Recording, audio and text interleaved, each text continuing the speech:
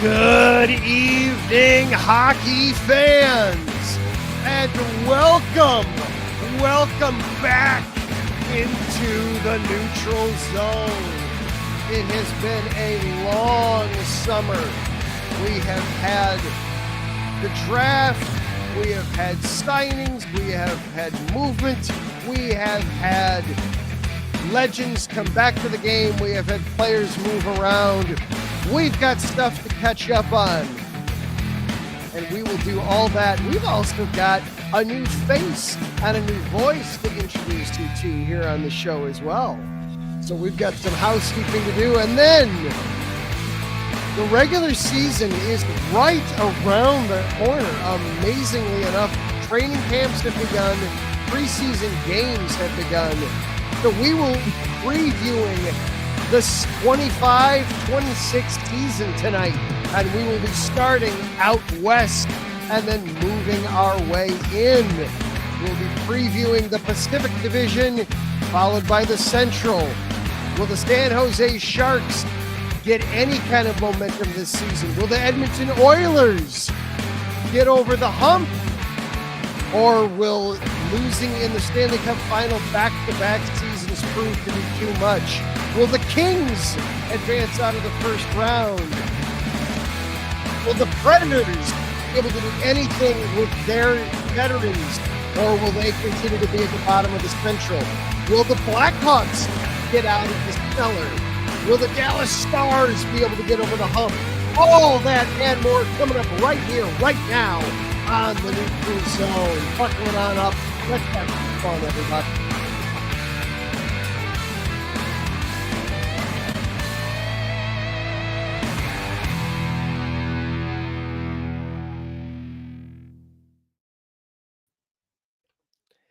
And hello. Good evening, hockey fans, one and all. You have found your way back into the neutral zone here on IE Sports Radio, your direct feed for all that is sports. It's been a long summer. Hope you have enjoyed it. I know I've enjoyed mine, but it is now the end of September.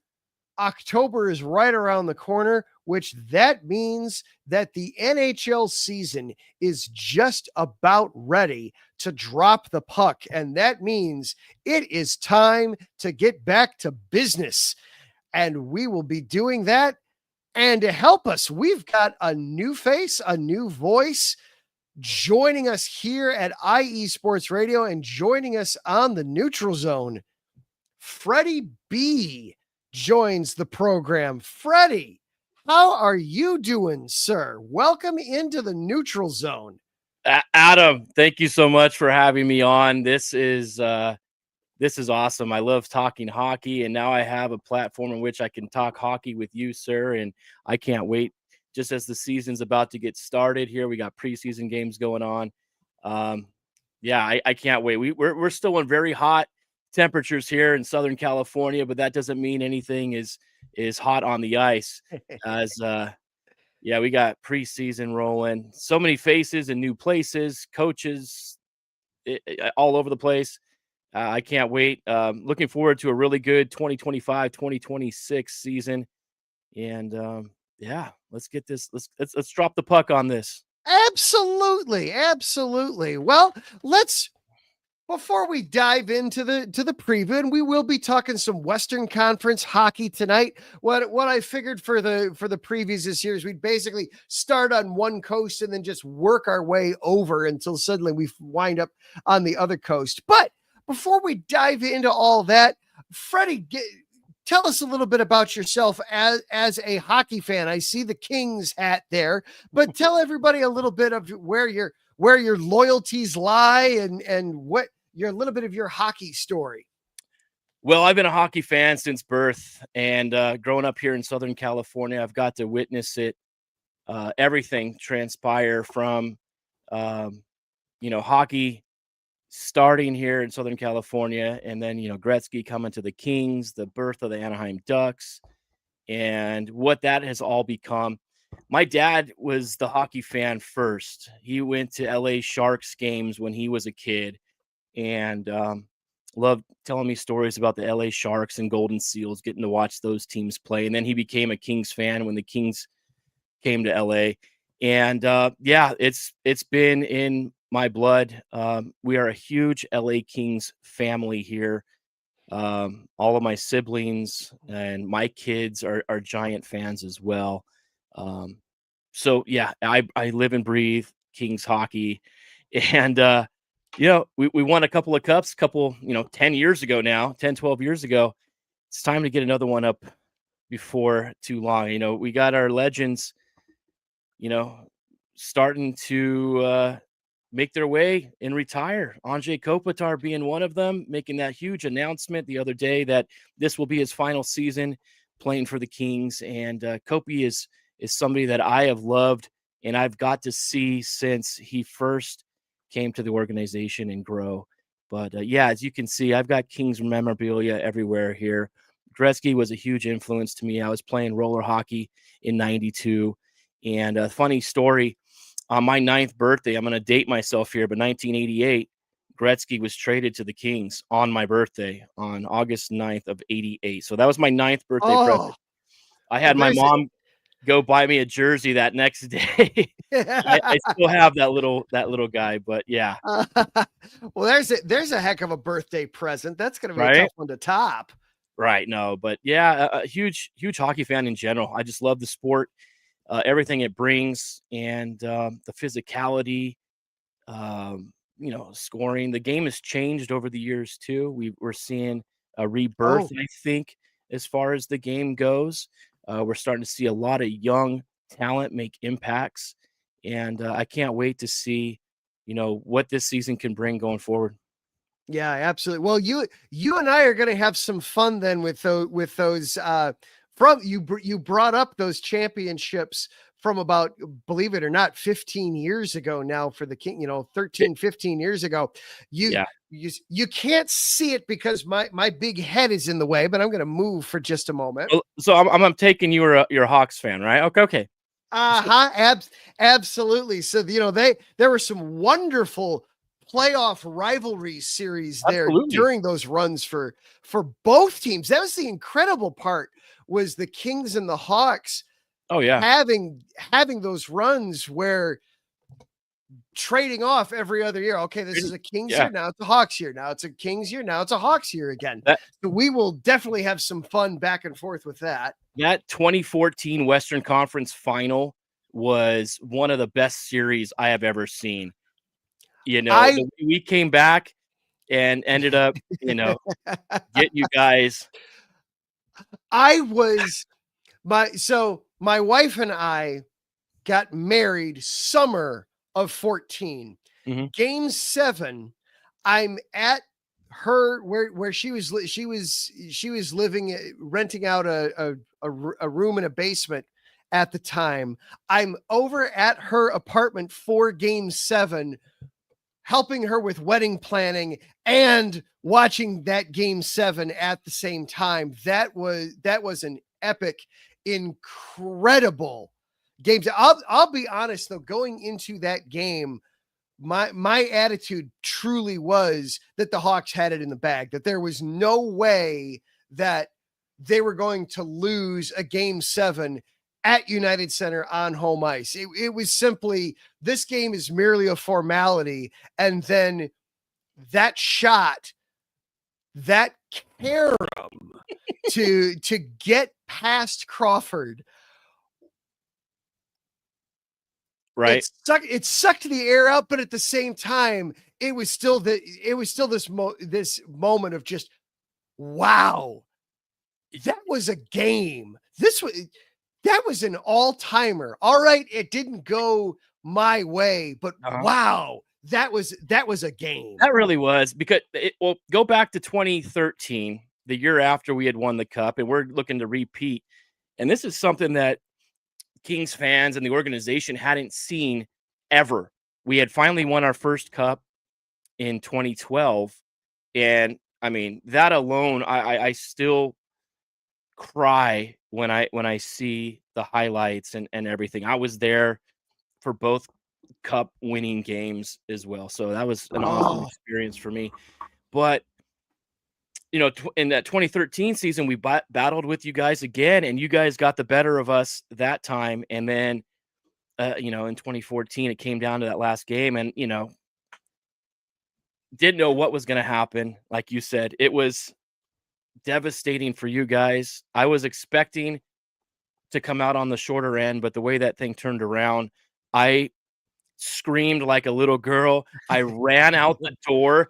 I lived I backed up to a golf course at the time. So my backyard, I jumped the fence. The golf course had its sprinklers going, and I was just running through the sprinklers like a madman. I had the neighbors in the neighborhood like going, "What the heck is going on?" But yeah, I meant that was awesome. I wish we could get back to that kind of scenario again. We've had some really good seasons the last couple of years for the Kings. On the Kings side, they just can't get past Edmonton 4 years in a row now. Yes. And Yeah. we'll get into some more of that as we go into the episode tonight, into the show tonight, as we'll be previewing the Western Conference, and we'll start with the Pacific Division where your Kings reside. We'll then move over into the Central where my Blackhawks are setting up shop in the basement, which I hope not for too much longer, but I think it's going to be for at least one more year yet. But well, Freddie, before Bedard is going to be on the move, you know what I mean? This is the final year of his entry-level deal. Exactly. They do need to, which I do think they're going to get that finalized and taken care of. And I truly don't believe Bedard is going anywhere, but it is definitely a situation. We'll get into that. Well, Freddie, welcome to the show. Welcome to the program. I am looking forward to having some fun tonight and looking forward to having some fun throughout the season too, as we get ready to drop the puck here. Yes, sir. Thank you so much. Again, I cannot wait. I am excited. This is like a kid on Christmas. We're talking hockey, baby. We're talking hockey. It's late September. We're talking hockey. We are going to have some fun. Well, let's kind of set the stage for everybody real quick. Let's take a real fast break. And then we will come and we will set the stage, and we will start things off in the Pacific Division and run through and see, do Freddie's Kings have a chance, or is somebody gonna be giving them an early exit yet again? This is the Neutral Zone here on IE Sports Radio, your direct feed for all that is sports. We'll be right back after this.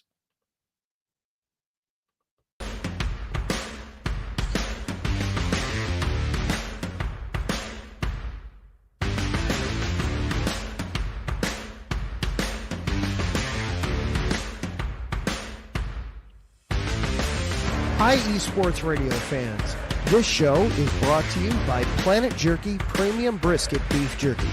Planet Jerky is the official jerky of the 2022 California League champion Lake Elsinore Storm, Single A affiliate of the San Diego Padres.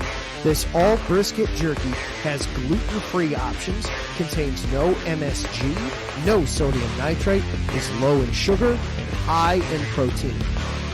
Go to their website at planetjerky.net and follow them on Instagram at Planet Jerky. Planet Jerky, the jerky that's on a whole other planet.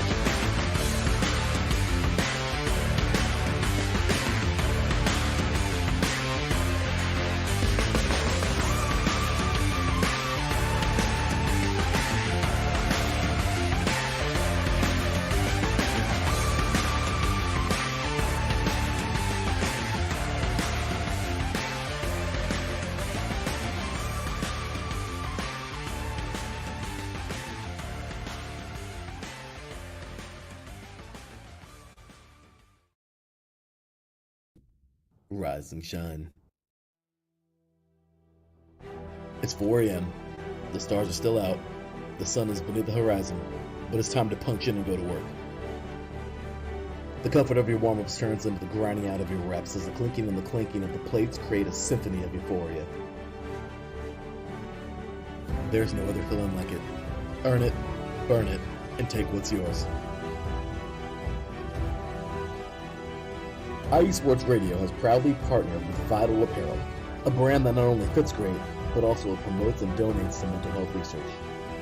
Use our code IESR to get 15% off their comfortable and inspiring gym wear and help them on their amazing journey to support mental health. Go hard, take part in your iron therapy, and be strong. Because when your mental health is as strong as you are, there's no telling how far you'll go.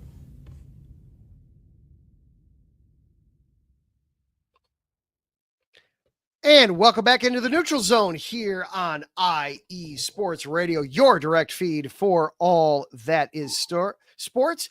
Adam and Freddie back with you here. And for those of you watching live tonight across YouTube, Twitch, or Twitter, be sure to give us a comment. Let us know what you think of the teams we're going to be talking Western Conference tonight. Let us know what you think of each of the teams. We're not necessarily tonight going to worry so much about where we think they're going to finish in the standings, but I think you'll be able to figure out where we think each of these teams might be lying without us necessarily having to put a number on it. But be sure to let us know what you think of these teams. And let's start, Freddie, let's go ahead and start out in the Pacific Division.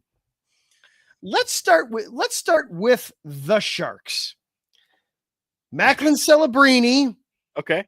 And is there anything else really worth talking about with the San Jose Sharks? It feels like you win the lottery, but then there's not a whole lot else you can do with it. It feels very much to me kind of like the Blackhawks, where it's great, you've got Bedard, but can you do anything else?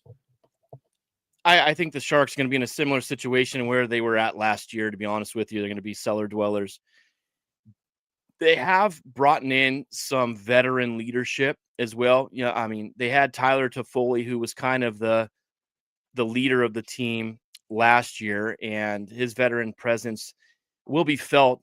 Him and, Celebrini are going to be very good together. I like the fact that they brought in guys like Jeff Skinner. He didn't really do much in Edmonton last year, but to have him in a new system where he can, go back to the old Jeff Skinner of old and, pot maybe 30 to 40 goals, if that's even possible. I do like some of the young guys that they've got as well. I really like to see what Michael Misa can do this year. He's right now favored to center the second line. So we're going to see, Mike Greer's got a plan, and, this is like his third year now running the team in San Jose. So yeah, I don't know. I still see them being, maybe a 60 to 65 point team, if that. What do you think? I definitely think they're going to remain at the bottom of this division. They are a long ways off from being competitive. A lot of bringing in names, and yeah, you bring in a guy like you brought up Jeff Skinner, or you've got Nick Leddy, Adam Godot. You're bringing in guys that at least have some pelts on the wall that can help with the youth of this team. But this team is still such a long ways away from really being competitive in my mind, especially when you look at the top of this division and the Western Conference as a whole. You've got some really, really strong teams. It's going to be a while before the Sharks are really, there's going to be any bite behind that teeth, really. A long while, to be honest with you. I don't see much at all. I mean, like you mentioned, Nick Leddy, they brought in John Kleinberg. So they have a veteran presence on the blue line. But I don't know. I mean, when you got teams like Vegas, Edmonton, LA, and then you have up and coming teams like, I think Calgary is in a good position this year to make an improvement. I think Vancouver actually might be taking a step back, and then you have the Ducks. So they're going to fall, probably in that last place spot. Yeah, I agree with you there.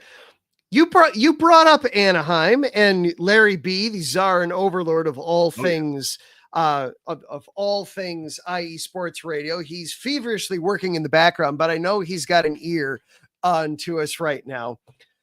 He is a Ducks guy, and let's talk about the Ducks because they seem to be a team that a lot of people are very heady on. You've obviously. You've got McTavish. You've got Joel Quenneville coming in now to be the coach. They had a very, very, very busy offseason. I am not very bullish on the Ducks. I feel like they need some time yet, that this is going to be a very bumpy season in Anaheim. What do you think about the Ducks? I'm not a Ducks fan by any means. And, I hate them with a passion, but the moves that they made this year, bringing in Chris Kreider, that's a big acquisition right there. He's going to be paired up with Leo Carlson. And then you've got Mikael Granlund, Alex Killorn, Ryan Strome, a lot of good veterans there. Cutter Gauthier, what is he going to do this year? Can he build upon that season he had last year as well? Frank Vetrano, he's a boom or bust kind of a guy. He can get you 25 to 30 goals. He doesn't have any problems, throwing the puck on net. And Ryan Failing now, they had acquired Ryan, so he's going to be that fourth line center. They do have some veteran leadership. I think the big thing was for them to get rid of Trevor Zegras. I never liked Zegras. I hated his playing style. He was, in my opinion, a complainer, didn't really put a lot of effort in a lot of the time. And I think the best thing for the Ducks going forward was to make that deal and send Zegras off. Now, as far as the Ducks go on their defensive side, Jackson Lacombe is going to be a star in this league. He already proved it last year. They brought in Jacob Trouba last year as well. So they got that physicality, Radko Gudas, and Pavel Minchikov. Those are going to be your top four, defensemen there in Anaheim. They do have a good, goalie tandem as well. And Lucas Dostal, if he can do what he did last year, he had a pretty good season. I see the Ducks competing maybe for like the 8th seed in the Western Conference. I think they're going to be up there battling with Vancouver's and the Calgarys. They're not going to finish in the top 3, but they might be in there for a wild card spot come the end of April. They might be, and adding Peter Mrazek as depth out there too in the goaltending too, which is a good role for Mrazek at this stage in his career too. You only have to go out there 30 some odd nights throughout the season as opposed to 50, 55, 60 times in a season. He's not that goalie anymore, but to have him in the backup role, I just feel like, to me, for the Ducks, it's a lot. It reminds me a lot of like Nashville from a year ago, where there's a lot of new pieces.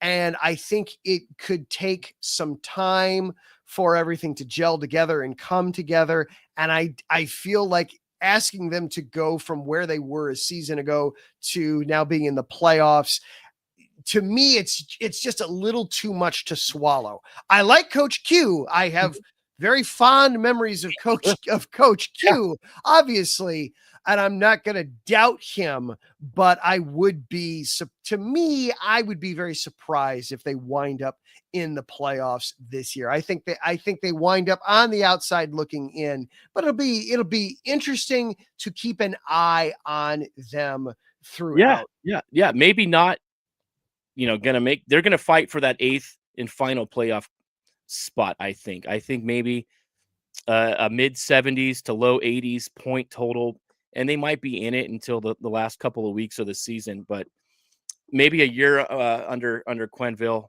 See how that goes. They're making the right moves. I think it's a work in progress. If you think about where they were 3 years ago, and they just have had the bad luck of the draw when it comes to the draft too. When you think they're lined up to get that number 1 overall pick, and then they don't end up getting it. And then here come the Islanders out of nowhere, or here come the Blackhawks or the Sharks or whomever. Yeah. Yeah, exactly. But yeah, it'll be a fun season. I think they're going to be an exciting team to watch. You might see some 5-4 type games with that system that they run, but Glenville's going to keep his guys in line, definitely. And I do like the direction that the Ducks are headed. Well, there you go. Let's go a little north of the border for this next team, the Canucks. Boy, talk about ups and downs. I mean, this was only just a little over a year ago that they were one of the surprise darlings in the NHL, and now they're not. They win the division in the 23-24 season. And then last year they have all the problems with Peterson and JT Miller, and it kind of poisoned the team. Where are you at on the Canucks now this year? I feel like they should be in the playoff conversation, but I don't know if I trust them anymore. I think they're kind of in that same situation as you're going to see in Anaheim. They do have, some good veteran leadership again. Brock Besser is going to have another great season. I'm glad that Vancouver did, keep Besser. There was talks about maybe trading him. They had some nice offseason acquisitions. I don't know what you're going to get out of Evander Kane. He can get you some goals, but he's also going to spend a lot of the time in the penalty box. After their top 2 lines, really, they're quite weak offensively, in my opinion. And give Quinn Hughes some help on the back end. That's all I could say. They brought in Derek Forbert. They have the big defensemen, Tyler Myers and Marcus Pettersson as well. But I don't see Vancouver doing much. I don't know. Yeah. I think the fans are so frustrated up there as well, because there was a lot of promise a couple of years ago, and then that went completely south. And you're getting your butts kicked to a couple of provinces over in Alberta by the Flames in Edmonton the last couple of years. And Vancouver really needs to make a statement, but I don't see anything happening with them this year. Yeah, Evander Kane, he's one of those guys. He's one of those guys. You say, "Oh, you bring in a veteran, it really helps the presence in your locker room." Evander Kane's the kind of veteran that you need to bring stability in. He doesn't bring any stability. You need to have stability in your organization already, and then that allows Evander Kane to thrive. Kane, in my opinion, is not going to be a guy that's going to bring stability for you when he comes in. A hell of a lot of talent. He's always had the talent, but like you said, it's more of a mental thing, I think, with Evander Kane. He's got a bad temper. He loses his cool a lot, and he takes stupid penalties. And I think Vancouver's going to regret that signing later on down the road. And then the worst thing for Vancouver is their goaltending. What are you going to get out of Thatcher Demko? Is he going to stay healthy? Yeah, no kidding. No kidding. Yeah. He was a goalie that I thought the Kings would go after a couple of years ago when they were in the market before they brought Darcy Kemper back in. And I'm glad they didn't go that route, because he can't stay healthy. Only averaging, 30 to 40 games a season. That goalie carousel in Vancouver could be their Achilles heel. Absolutely there with Vancouver. 100%. Well, let's stay north of the border for just a minute. Let's talk about the Flames. Dustin Wolf, can he possibly, what can he do for a sophomore season now at this point? Is he due for a slump, or is this going to be the next best thing? I like Dustin Wolf a lot, and you're going to hear a lot of hockey guys as well that are saying his praises. A good goalie. He was actually, played his youth hockey in Los Angeles. He was part of the Junior Kings, I believe, at the time. And so Dustin is a great guy. I think he's going to take the reins and continue to ride up in Calgary. And Calgary, again, is another one of those teams that is still trying to find their identity again. Where are they going to be? They have a lot of the roster is back. Huberdeau, Kadri, Blake Coleman, Mikhail Backlund. A lot of those guys are still back, but where are they going to be on their defensive side? I think that could be where Calgary struggles this year. Yeah, I agree. I feel like the Flames are one of those teams that's definitely due for some regression to the mean, that they're not going to be in a position to really make a run at the end of this. Now, as we know from watching enough hockey, a good goalie, a great goalie can just throw a team on his back and demand, nope, we're moving on, guys. But we don't want to. We're tired. Nope, we're moving on. Do you want to play? Do you want to have to play Wolf 68 games in the season? I mean, want to or need to are two very different questions for that, I don't know. I see him at least playing 65 games. You have Devin Cooley as the backup. Still, a lot to be undecided about what's going to happen with him. But Calgary, again, it's really crazy in the Pacific Division is because you have those three elite teams, and then the other teams are just so far off the radar from everybody else. Yeah. The division is going to be close. It always is, but Vancouver, Calgary, Anaheim are all going to be fighting, I think, for the fourth spot in the Pacific. Yeah. Yeah. Well, let's talk about those three at the top here then. Let's dive into what is going to allow Los Angeles, your Kings, to take that next step. We have seen the last several seasons now, that first round exit again, lining up against Edmonton, and no matter what happens, just can't punch through that glass ceiling. What is going to make things different this season for the Kings? Well, the first thing they did was get rid of Rob Blake. We've been calling for that for a long time. We were also hoping maybe Luc Robitaille. I'm a huge Luc fan when he was playing. Now, in terms of running the organization, I think we've had better days behind us in terms of that. But, bringing Jim Hiller back, see if we can go with that same system as before. I personally like the acquisitions that the Kings made during the offseason.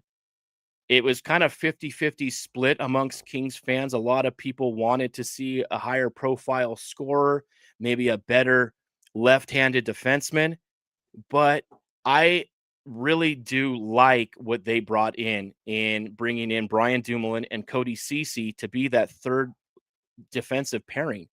We're not going to be as good offensively from the defensive side, but I think we're going to be stronger defensively. And the physicality is going to be better than it was last year as well. If you can get the same goaltending as you got from Darcy Kemper last year, the Kings are going to win the Jennings Trophy again and give up the least amount of goals like they've been known to do over the last few seasons. Offensively, though, I mean, I do like them re-signing Andrei Kuzmenko. If he can keep that chemistry with Kopitar and Kempe on that top line, and you got Byfield and Fiala and LaFerriere on the second line. Personally, I thought Warren Foegele was the team MVP last year. I would love to see him continue the success he brought to the team last year. He's paired up with Philip Deneau and Trevor Moore. And then you've got Alex Turcotte, a young guy centering the fourth line. And you can plug in a bunch of different pieces in that fourth line. It could be Malott, it could be Joel Armia, it could be Sammy Helenius. There's a lot of pieces that the Kings have, and I think this is the year that they finally get over that hump. And I hope it's not Edmonton that they play in the first round. If it is, then I don't know. I mean, you're up 2-0 last year and up 3-1 in game 3, and you blow that game and then continue to lose the next 3. You lost 4 in a row after being up 2-0 in the series, and you had that series. I thought the Kings, honestly, were maybe the second best team in the entire playoffs. Edmonton obviously was great, and Florida was the other great team. Mm-hmm. But you saw what Edmonton did. You know, they wiped the floor with Dallas again, just like they have the last few seasons. I thought the Kings have their number, but they just couldn't execute. And I think this year is going to be different. I keep saying that, but I'm knocking on wood right now. This year will be different. The Kings will be moving on past round 1. I like it. I like the optimism. I'm not sure I share it unless they just got to get it where they're not facing Edmonton in round 1. They just got to get the standings to line up. I think they got to. It's somewhat psychological, I think, at some point too, where it's just you gotta just see a different sweater across from you in the first round of the playoffs at some point, and that'll help. Well, let's talk about the Oilers, and then we'll get into the Knights. Back-to-back years making it to the Cup final, back-to-back years losing to Florida. This is the final year for McDavid on his contract. Now, of course, something could happen between now and free agency. Secretly, I'm very much hoping that nothing does, so that next offseason can be wild and crazy. But that's for later. For what's facing us in front of us, too, is we've got this Oiler team that it feels like this could be the last hurrah for these guys.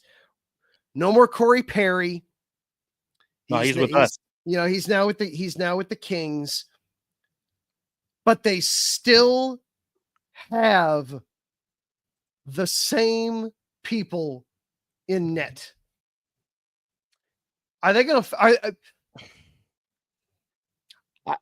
fix the goalie? How does Edmonton? I know that when you've got McDavid and Draisaitl, that you could basically just score at will, that you're never out of a game. Yeah. But at some point, you're not going to be able to put up 8 goals a night. You're not going to be able to put up 7 goals a night. You're going to have to stop the puck from going in on the other side too. How does Edmonton address this? Well, you got a human pylon in Darnell Nurse. He brings 0 defense to that team. So that's one obstacle that they've got to get around. And then Skinner, I mean, it's a coin flip when it comes to to Skinner. He looks great at times, and then at other times he could let a beach ball in the net. Reminds me of the days of Dan Cloutier, when Dan Cloutier couldn't stop the puck when he was with Vancouver for quite a while. I don't know. I think Edmonton, remember last year, struggled at the beginning of the season, and then they got hot. Then they got hot, and then they ended up having that run again through the playoffs. If they start that slow again this year, I don't know if they have the juice in the tanks and the roster to make that push. I honestly don't know. I like to see what McDavid can do. I think this is his final year in Edmonton. I think Ken Holland is already building the pieces to bring McDavid to LA next year. Cody Ceci is a very good friend of Connor, as well as Corey Perry. Bring him down to LA, where Connor is liked. He's mentioned playing there before. He was practicing there this offseason in LA. I would love to see that. But I kind of feel bad for the guy because he put so much of the weight on his shoulders. 2 guys, him and Draisaitl, cannot continue to carry that team. At some point, they're going to an injury can happen. And then what happens with those guys? There's nobody else to carry the load. Yeah, they've lost a ton of guys this past offseason too. It is definitely a the very top is going to be the same. The goaltending is going to be the same, but there's going to be a lot of difference in the second, third, and fourth lines with the Oilers. To me, this team is just too good and too talented to certainly they're not missing the playoffs. There's no way they're missing the playoffs.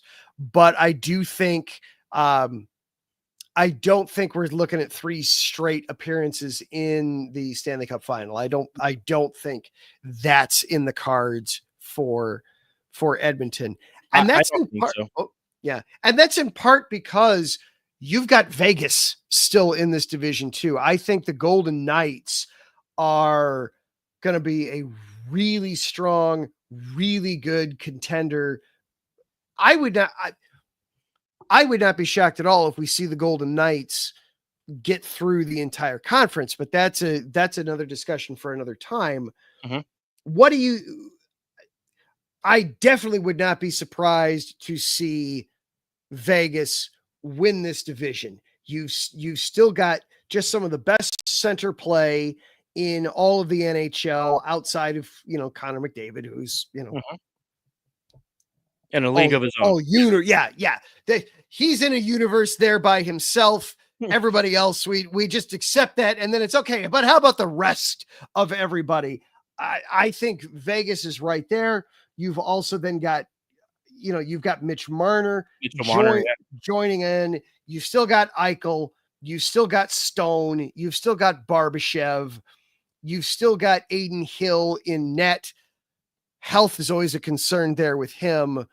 I really like Vegas. I think Vegas could very much win this division and make a deep, deep run in the Western Conference. What do you think of Vegas? Man, Vegas is another team that I don't like personally, but but they are a very good, well-run organization since the get-go, and they continue to produce. And they won the Mitchell Marner sweepstakes. They won the top dog in free agency this offseason, and I think that is going to pay huge dividends for Vegas. We know what you're going to get with Jack Eichel. He had a phenomenal season last year.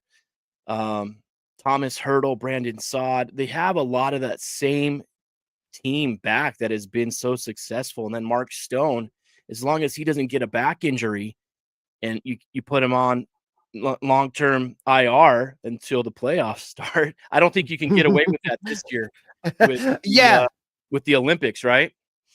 The Olympics, and they're adjusting a lot of those rules too. Yeah. We'll get into that later on, but yes, a lot of that's being adjusted. Yeah, you can't just hide Mark Stone on injured reserve and then look at that, the playoffs are starting and he's healthy again too. Yeah, right. We promise that's a coincidence. A big loss though for Vegas is going to be Alex Pietrangelo. He was he was the best defenseman on the team by far, maybe the best defenseman in all of the Pacific Division.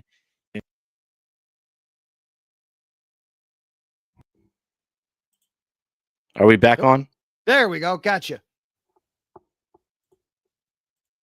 There we go. Now? Yep. You're good.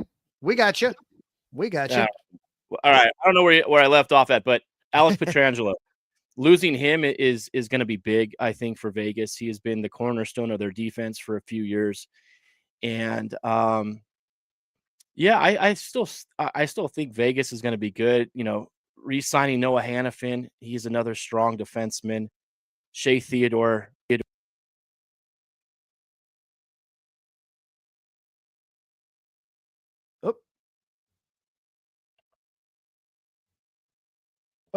And we hit the mute button there accidentally. There we go. I think you're back now. There we go. I don't know why I keep dropping out there, but that's all right. We're working through it. It's all right. That's why it's the preseason. It's fine. Yeah, I'm working the kinks out here too. Exactly. But yeah, for Vegas, this is Petrangelo's going to be a massive loss, but I do think that as an organization, Vegas is set up to handle it and be able to move through it and past it. I think this is going to be one of the best teams in the conference, certainly a team to keep an eye on. And I would be remiss, I can't believe I skipped past them. The Seattle Kraken. I don't expect a whole lot out of Seattle this season, but the newest team, still the newest team to the NHL, because Utah, okay, yeah, they moved, but let's face it, they're still the Coyotes. Yeah, exactly. Well, to me, they should have been the Yetis, but Seattle, I don't expect a whole lot out of Seattle this season. I think the Kraken are going to be a team that's going to just basically be trying to take a year off to try to set themselves up to take a step back so that they can take 2 or 3 steps forward here in the next coming seasons out of Seattle. Yeah, so, I don't see anything out of Seattle. If you take a look at their roster, they probably have one of the weakest rosters in all of hockey. Yeah, it's top line consisting of Matty Beniers and Capo Caco is not where you want to be.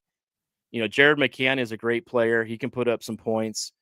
Chandler Stevenson has had some success. He's another veteran. He had some good years in Vegas.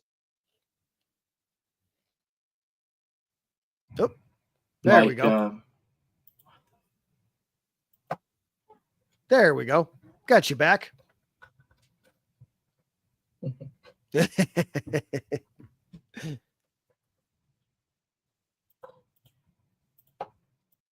we go. I don't know what keeps happening. It's all right. We'll get through it. It's all right. But yeah, the Seattle Kraken in the Pacific, they're definitely going to be, I don't know if they'll be all the way at the bottom, but they are definitely going to be one of the bottom 3 teams in the division for sure. Certainly going to be at the bottom there, challenging San Jose for the bottom total in the division. Might not make it all the way there, but certainly not going to be one of the elite teams. San Jose will probably be better than Seattle, if I had to guess. Oh, man, there we go. Yes, Seattle sinking all the way to the bottom. Well, they are the Kraken, and I suppose the bottom of the Pacific is where a Kraken is supposed to live anyway. So, well, that was quite the dive into the Pacific Division. Let's take ourselves a quick little break and then reset, and we will very quickly make our way through the Central Division. Is nowhere near as interesting, my opinion, as the Pacific, but we will take ourselves a quick break and then we will go through the Central Division and talk about whether or not the Stars might be able to finally align and punch their ticket into the Stanley Cup final. You are listening to the Neutral Zone here on IE Sports Radio, your direct feed for all that is sports. We'll be right back after this.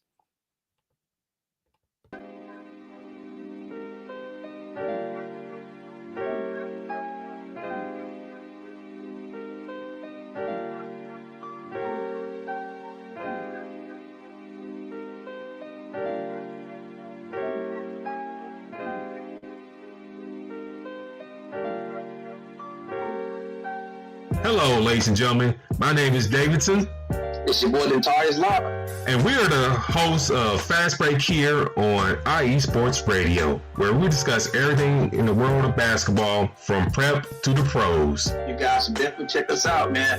Sunday, 8 p.m. Eastern, 5 p.m. Pacific. We got all the basketball information you guys need, so we look forward to you guys listening in. And please do, because we are the best basketball show on this side of the Mississippi. And please do check us out on Twitter at FastBreakISR. D-Lock, where's our time again?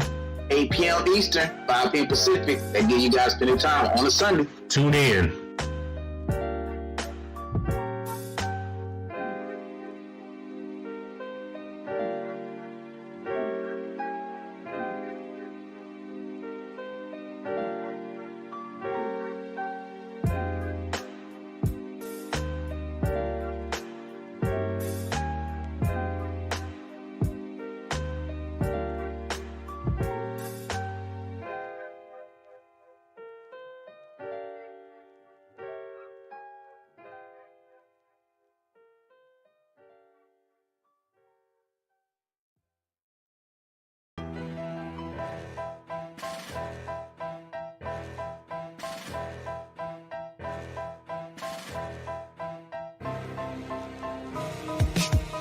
For the last 10 years, IE Sports Radio has been bringing you amazing content ranging from interviewing legendary athletes, coaches, and other authorized media personnel to building tailor-made shows dedicated to all major sports cities around the country. Make sure to follow us at IE Sports Radio on X, Instagram, Facebook, TikTok, and YouTube to keep up with the latest in sports and with all of our shows. Also, make sure to check out our daily updated website at iesportsradio.com. At iesportsradio.com, you can see our daily show schedule and check out all of our show pages with personal bios to learn a little bit more about each of our awesome hosts. In addition to our show pages, you can catch the iSports Radio blog, Hall of Fame, Fans of the Month page, and our merchandise shop, including t-shirts, tank tops, caps, long sleeves, hoodies, and more. For now over a decade here at iSports Radio, we've continued to be by the fans, for the fans, and we thank you all for your support and for making iSports Radio your direct feed for all that is sports.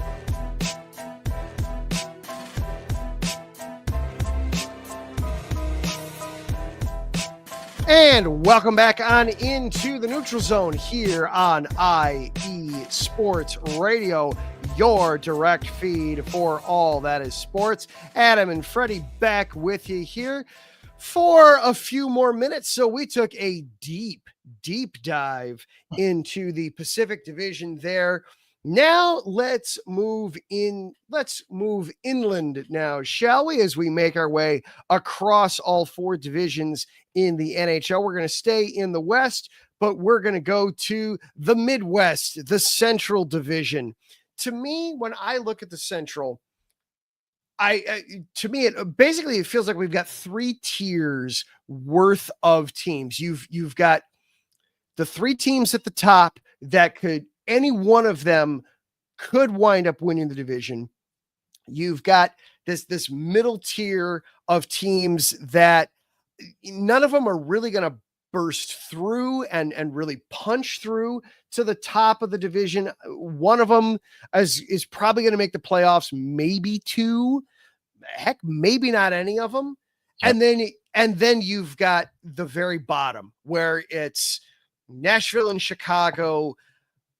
One of them's, they both can't finish last, but neither one of them is going to finish any better than second from last. That they're going to be the bottom. That one of them will be in last, the other will be in bottom from last. That's so crazy because I thought last year that Nashville, with the signings that they made and bringing in Steven Stamkos, that was what was going to take Nashville to that next level. And we saw the complete opposite. Now, Barry Trotz back in Nashville is running the show. So are they going to be as bad as they were last year? I think they're going to be better. Are they a playoff team? I still don't think they're at that level yet. Yeah. And it's to me, what's worse. And I was very stunned too with how poorly Nashville played. One of the things that does worry me with Nashville is the age of everybody. You've got so many players that are now in their mid-late 30s, and usually once you start ticking down, you don't suddenly rebound and start coming back up. It's not like, oh, well, they rebounded, but they're still in their physical prime, so we can have a snapback. I don't know that there's a snapback coming for Nashville. My fear is what we saw last year might be more of the new norm for a lot of these players. You've still got really good net minding, but their defense isn't going to be as strong this year. And if they don't get guys playing to the back of their hockey cards, they could be just as bad, if not worse, than they were a year ago with Nashville. They've got to get Roman Josi some help. That guy is a premier defenseman, and he works his ass off every single season. He is the highlight of that Nashville team, and he's running out of gas soon. At what point does that engine just stop running? And I love Roman Josi and everything he can do. I love Philip Forsberg, a super exciting, dynamic player, but get some guys around him. Ryan O'Reilly, like you mentioned, he's getting up there in age. We already know Stamkos's age. Jonathan Marchessault, he was supposed to be a big contribution to that team. We'll see if he can do that again. Michael Bunting, he had some decent years in Toronto, but I don't know. Nashville's kind of like they're right on that border for me. They could be really good, but they could be just as bad on the other side. Yeah, exactly. And speaking of bad, we'll just go right ahead and talk about the Blackhawks. I thought you were going to save them for last. Oh gosh, no, I did no. Oh my heaven's sake. No, we should have put them like first, get them out of the way. The reason for optimism as a Blackhawks fan is, unlike Nashville, you look at the ages of guys and they're all just so young. Bedard is 20, Nazar is 21. All these guys are just so young and they have so much in the pipeline coming that it's all right. This isn't going to be the season. This is still going to be a very rough season, I feel like, for the Blackhawks, for the Blackhawks faithful. But you can see the light at the end of a tunnel where it's okay, guys. Yep. All right. We thought last year was going to be the year. It wasn't. It's probably not going to be this year, but we can see it's off in the distance there, but there are enough good things that keep these guys together, get them in a good system, get them some stability, and they can kind of grow together as a unit and be reminiscent of what we saw a decade plus ago of being one of the upper echelon teams in the NHL. But for this season, for the Blackhawks, to me, it's no. This would be if you were playing if you were playing Madden, and exactly. You're doing career mode. Okay, sim the season so I can get to the good part, please. Yeah, exactly. They probably lead the league in guys' names that you've never heard of. And this is a good point for this organization, for these guys to start chipping in. So you start, seeing what the future of the Blackhawks can bring you. Other than, Connor Murphy, I really don't know much about what they're going to do defensively. He's really the only household name that I know of on the blue line there. Del Mastro, we know he's pretty good. Alex Vlasic, good as well. They have the potential of being good players, but I mean, when you're having to rely upon Teuvo Teravainen or Jason Dickinson to run your lines, I can't imagine how frustrating it is. I know I've had my fair share of teams in all of my professional sports that I follow that have been the worst at times.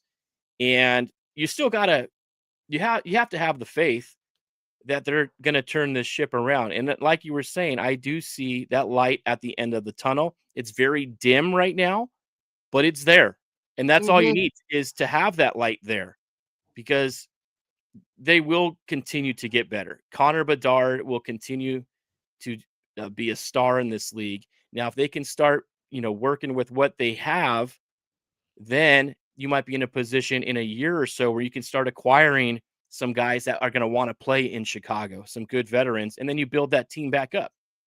Yes, exactly. And I mean, just the blue line, a lot of guys aren't household names, but they're good players and they're young. Levshinov is 19, Krasinski is 21, Del Mastro's 22. They've got a lot of young pieces in there that hopefully they're going to develop and grow and mature together and then turn into something. I'm not familiar with their goaltending other than Spencer Knight. How do you think they are depth-wise as far as goaltending goes? Well, Spencer Knight is definitely going to be the 1A for this season, which I was thrilled when they acquired him last year. That to me was so exciting because he felt to me like that was a kid that needed a change of scenery and can be really a solid guy between the pipes. They then signed him to an extension this offseason. I am excited for that. You still have Soderblom, who can sometimes be really good. Sometimes I wonder whether or not he actually has his blocking stick out there with him. Oh God. And then you have Leray Brisson, who was supposed to be the stabilizing factor a season ago and then got hurt and basically never showed up. Right. Yeah, So I agree. I think this is going to be a good situation for Knight. He was supposed to be the new face in Florida, and then Bobrovsky started playing like Bobrovsky did before. So he was completely out of the picture down in Florida. I've always liked Spencer Knight. I do think he is going to be the go-to guy. Get 50+ games out of him, and we'll see what they can do. But yeah, it's going to be rough for the Blackhawks for sure. Yes, it's going to be a long season, but there will be a light at the end of the tunnel, and that's the point. It might be a train, but there's a light. That's the point. we'll figure it out from there. All right, moving off of there. So let's go into the mid and this next clump of teams that, my gosh, they could finish. Any one of them could finish at the top of this grouping here. We've got Utah, we've got Winnipeg, we've got Minnesota. And I don't know, do we want to throw St. Louis into this mix, or do we want to promote anybody out into the, oh no, they could have a shot at the division crown here? I didn't think St. Louis was very good last year, but then they went on one of those magical runs again at the end of the season like they did when they won the cup. I think they're going to be on the lower third of the division as far as they go. Utah is the team that I see. I have optimism for Utah. Can they put all those pieces together? The organization is running things completely different than when they were down in Phoenix. So they've got everybody, the community is huge down there in favor of them. They got a mascot. They have an identity now. They're the Mammoth. I do like the veterans and the youth that they have there. I think Utah could be a surprise team. Okay. All right. Yeah. You get the change of scenery. You move to a new city. They don't have a nickname for a year. They do the hockey club thing. I am still very sore about the fact that they're not the Yeti. I thought that was the perfect moniker, but I digress. I have to just accept it and move on. It's going to take me a while, but that's me. I'll move through it. I thought the Yeti was too close to the Colorado Avalanche when they have, they've got the big, footprint on the sleeve of the jersey, and that was kind of almost the same thing. I've never seen a Yeti in Utah, but I liked it. It was kind of fun. It's the abominable snowman. What more do you want for a hockey club? It was perfect. Have you ever been to Salt Lake? I have been over, but never to. We traveled through there a couple of years ago. I took my daughters up to a camping up in Yellowstone one year, and we passed through there, stayed to and from. And I can tell you, during the summer, that place is the pits because you've got all the humidity and the moisture that comes off of the Salt Lake right there and just sits and collects because you're right at the base of the mountains. But in the mountains, it's beautiful. Park City and a lot of other areas of Utah are great. I think Utah is a pretty good team. If you're a Utah fan, I'm excited to see JJ Peterka. I don't know if you're familiar with him or not, but that is a fun, dynamic player. He was a lot of fun in Buffalo. If you like gambling or playing games with props, always take JJ Peterka on the over of his shot total. He will hit almost consistently every night. He has no problems throwing the puck on net. And with him and Dylan Gunther and Logan Cooley, Clayton Keller, Nick Schmaltz, they have a really good core of young guys that I think could be a surprise. Now, defensively, they have Mikhail Shargashev still, Ian Cole, Sean Dursey, Nate Schmidt, who they brought in as well, and Oli Mata. So they have veterans on the back end as well. Utah, I'm going to say right now, might finish in that 8th and final spot. They might battle Anaheim for that 8th and final spot. There we go. Well, that would make for a fun race too. That's one of those things that would be good for the game, good for the sport, good for the league to have a chase like that to the end. Let's go north of the border for a second. Let's talk about the Winnipeg Jets, who seem to be transforming into now Winnipeg. Really, we should keep them. They're more of the elite. This would be one of the teams that could win the division, but regular season. Exactly. That's the problem with these guys, is they're turning into the Toronto Maple Leafs of the Western Conference here. You hit the nail on the head on that. Absolutely. You've got arguably the greatest goalie in the entire world, and they can't win with him. Yeah, but yes, it's as I'm throwing everything on the floor here, they're making me so upset. What is it going to take for the Jets to take the next step this season? Much like your Kings, what do the Jets have to do here? Well, the first thing they did was they lost Nikolai Ehlers. So they already took a step back in the offseason by losing one of the most dynamic offensive players in the league. They still have really strong, offensive centers down the line. They picked up Jonathan Toews. I like to see, that's one of your boys. Let's see what he can do in a rejuvenation of his career. Is he still going to be able to put up the numbers he did before? Not sure, but he brings that veteran presence. Kyle Connor, another guy who doesn't have any problems throwing the puck on net. Gabe Velarde, who was on the Kings for a while, he showed promise last year. If he can stay healthy, that guy's going to get you 25 to 30 goals as well. Nino Niederreiter, Alex Iafallo, Tanner Pearson. Seems like they have all the old Kings on the team. But with Connor and net, they should be finishing 1 or 2 in the division. I think Winnipeg is still going to be strong. They may not win the President's Trophy, being the best team overall or anything like that, but I still think Winnipeg is still an elite team in the Western Conference. Now they've got to figure out how to take that step in having that translate into postseason success. And Jonathan Toews, that I will absolutely be keeping an eye on that all season. That I love that he's back. I hope that there is still something in the tank besides desire. I hope that there is skill, because he's been gone a long time from the NHL, and like fell off the face of the planet for a while there. It looked like, I mean, he really, he had to go take care of himself. Absolutely. And I hope that this isn't just a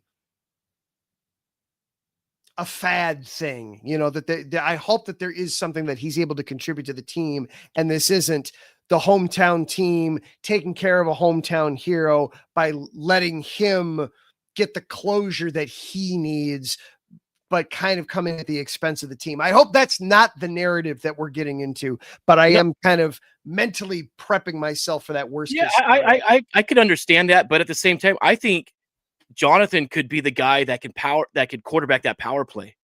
If he's not on the first unit, he can quarterback the second unit power play, and that could be huge. He knows what it takes. He's a veteran. He's won multiple cups. Very good player. Does he still have the legs? Does he have the hand-eye coordination? That stuff starts to diminish a little bit when you've been away from the game for so long. But like you said, I still think Winnipeg is an elite team. They're very comparable, in my opinion, to the Kings in the Pacific.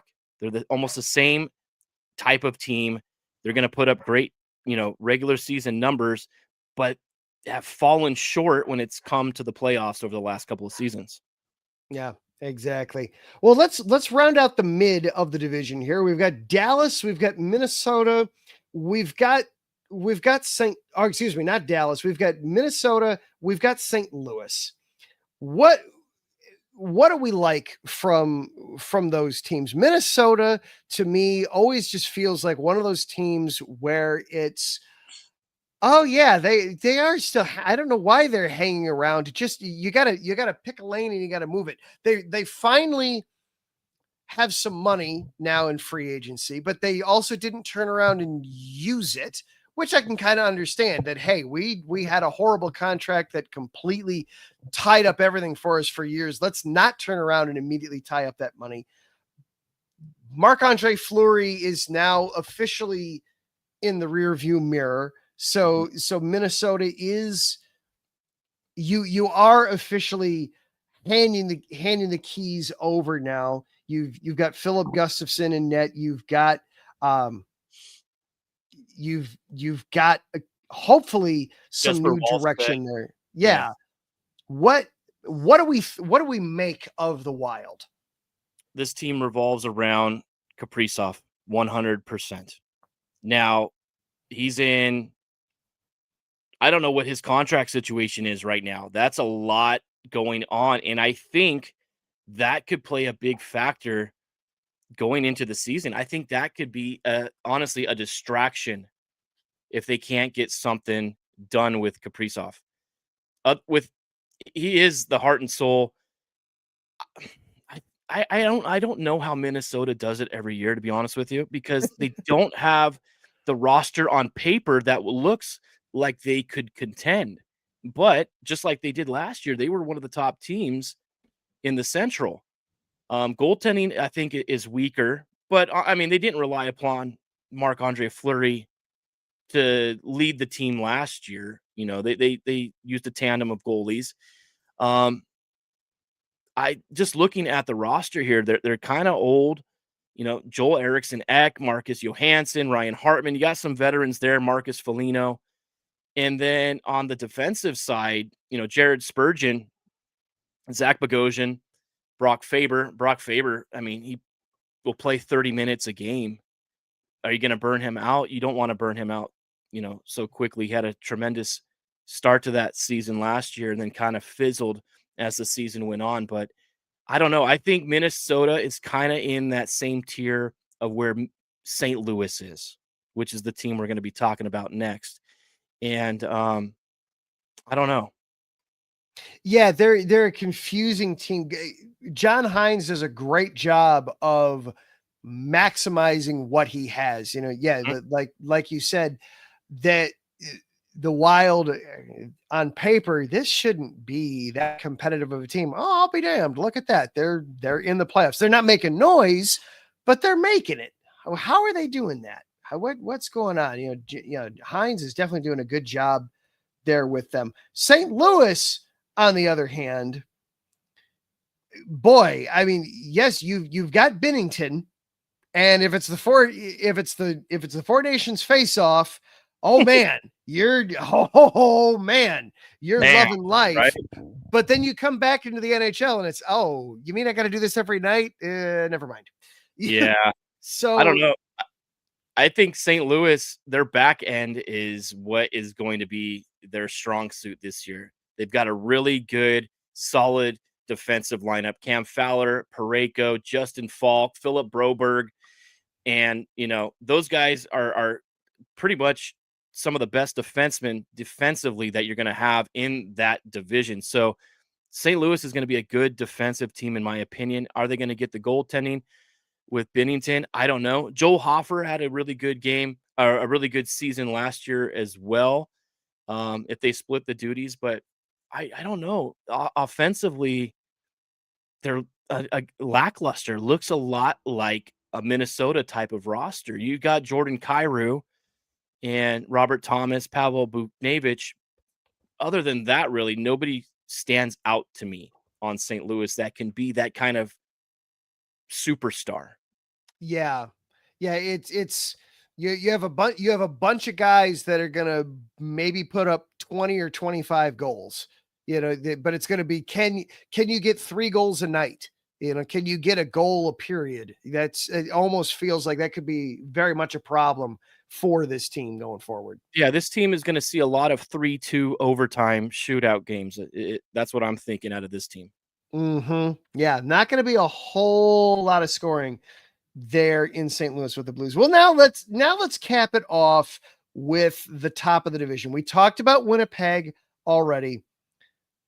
Dallas and Colorado. 2 of the top teams in the West. Dallas, a team that very much could make noise and get to a Stanley Cup final. Colorado, a team that has gotten to a cup final and has won a cup final.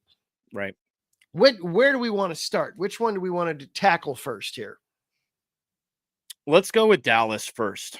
All right. I think Colorado is the top team in the division. So let's talk Dallas.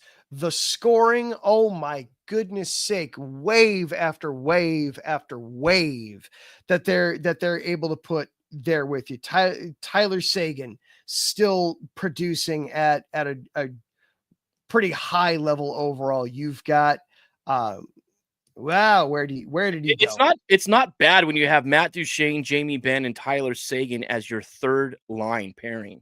Exactly. That's a really good, solid third line. That means you've got 2 lines that are better than those guys. And you're seeing that with Rupe Hintz. He's an outstanding player. Jason Robertson, I just don't see as much consistency with him. He could be really dynamic and put up a lot of goals in a short amount of time, but then he goes in stretches where he doesn't do anything. But now you have a whole year with Mikko Rantanen on the team. They picked him up obviously last year in that whole situation with him and Carolina. Dallas is still strong. They're still strong. Jake Ottinger is still a premier top 5 goalie in the league. And I think Dallas is going to be right where we expect them to be, either finishing first or second. It's either going to be them or Colorado, I think, first or second in this. Yeah. Yeah, and the Otter is just such a strong goalie too. I really like Dallas. I don't see any way that the Stars finish lower than second. I don't. I mean, their defense is still so great too. With Heiskanen, if Heiskanen is healthy, obviously they didn't have him really in the playoffs, right? Because he was injured. Right. Exactly. Thomas Harley, that guy is going to be a stud. He's already proven that. Dallas is a very sneaky, dangerous team. But just as they can be so hot, they can be so cold. And unless Mikko Rantanen is scoring a hat trick every night in the playoffs, they had no offense coming from anybody else. So I think that they'll get better, and they're going to be my second pick, I think, to finish in the Central Division. But then you brought up defense, and then that just has to lead to Colorado. Cale Makar, Devin Taves, just outstanding defensive play on the blue line from these guys. And you're adding in a veteran, Brett Burns. You still have strong net minding presence with these guys. Tell me about the Colorado Avalanche. You're clearly liking them to win the division. They are just so top to bottom. They're just stacked full of talent. I mean, Nathan McKinnon, other than McDavid, is the most dynamic player in the league. He is so fast and skilled. I love watching McKinnon play. He is fascinating on the ice. Whether or not you're a Colorado fan or not, if the Colorado Avalanche are on TV, I am watching it simply to watch Nathan McKinnon. I had my daughter watching games with me last year, especially during the playoffs. And she's like, "Oh my God, Dad, he is so good." I was like, "I know. He is. He's like a McDavid, but I think he's a better leader possibly than Connor." And then you have, Gabe Landeskog coming back. What is he going to do with a full season now? We thought he was done for good, and then he comes back right in time, sneaks in for the playoffs. Now, if you get him for a full season, even if he's half the person he was before. You have his veteran leadership. And I mean, those Colorado is going to be dynamic. Them and Dallas are two fun teams. And I wish, I think those two teams are top and bottom, the best in the Central. It's going to be who can score more goals, I think. If they were to play each other, if they're going to be in that second round matchup, I don't know who wins. I think I don't know. They're both so good. They're both, and they're very equal defensively, goaltending wise. I think I gave Dallas an edge, but I don't know. I really do like the Avs.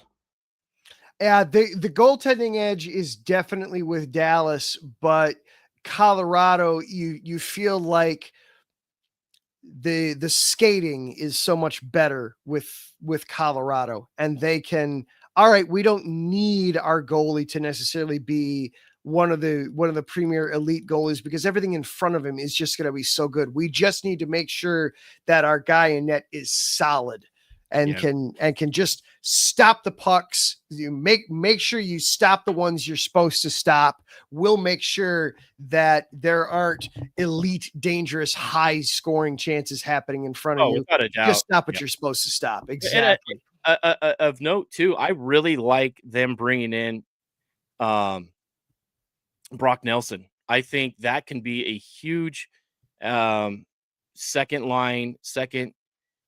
power play unit center that this team they're going to have two great power play units, and they're going to put up, 4 to 5 goals a game. They're so much fun to watch. You put them on late at night on ESPN when they're playing against Seattle or something like that, and they end up winning 5-1 or 5-2. I love those kind of games. And Dallas and Colorado are both those teams that can go up and down the ice. It's going to be a lot of fun watching it this year. Well, my goodness, that puts us through the entire Western Conference in one night. I love it. Love it.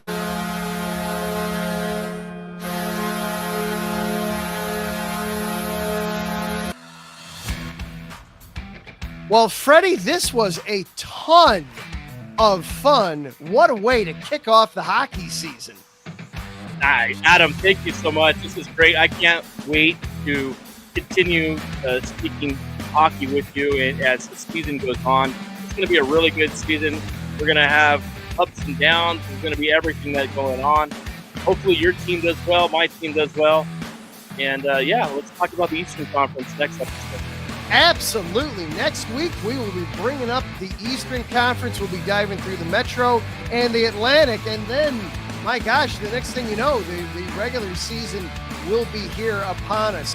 Well, we want to thank everybody for participating in the show tonight. First of all, thank you to our sponsors, Planet Jerky, premium brisket beef jerky, the jerky that's on a whole other planet.